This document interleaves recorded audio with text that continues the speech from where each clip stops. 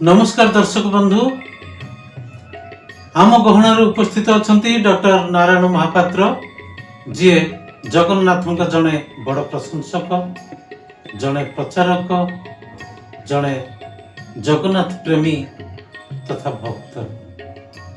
आज आसतु आमर जगन्नाथ कथामृत धारावाहिक क्रमे तांको मुहर शुणिबा आजिर अध्याय देवता मानक अहंकार भंग। सर नमस्कार सर, ए देवता मानक अहंकार भंग संपर्क में कौन कहबे? जय जगन्नाथ। थरे जो समुद्र मंथन चलता है, समुद्र मंथन रे जो अमृत बाहरिला ताकू देवता माने पी देकी से माने निजको बहुत बड़वान बोली भाविले, तांकर शक्ति वृद्धि हैला, से माने बहुत अहंकार कले। सेठू विष्णु भाविले जे एमानकर अहंकार भंग करा जीवो।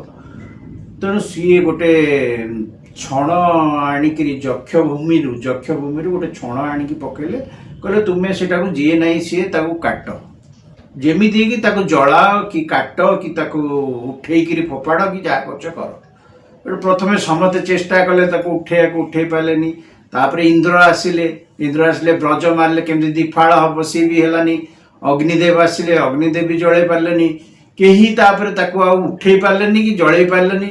सेठू जेतेबेले ताको अहंकार जेतेबेले समस्त को मुह सुखीगला, सेतेबेले विष्णु कहले कौन ये तुम कौन ये छार छणटा तुमको छणटा को तुम उठे पार, तुम अमृत पीकरी कौच अहंकार देखौच कौन कथा।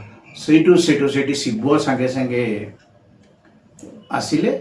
शिव सेठू कहले एटा होची मो जोगु तुम देहरे जो बलटा रही जक्ष हिसाब से से बलटा होची मो जोगु तुम्हें पाइछ। आ तुम्हें अहंकार देखा, तुम पाखे दया करुणा सब जिनस रहा कथा।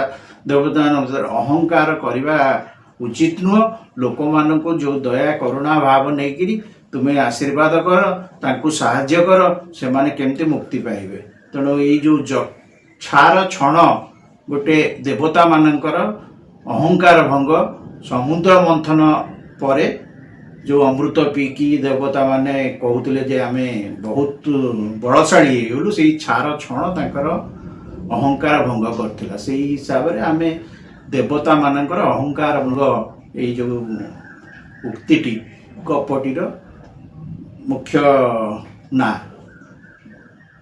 धन्यवाद।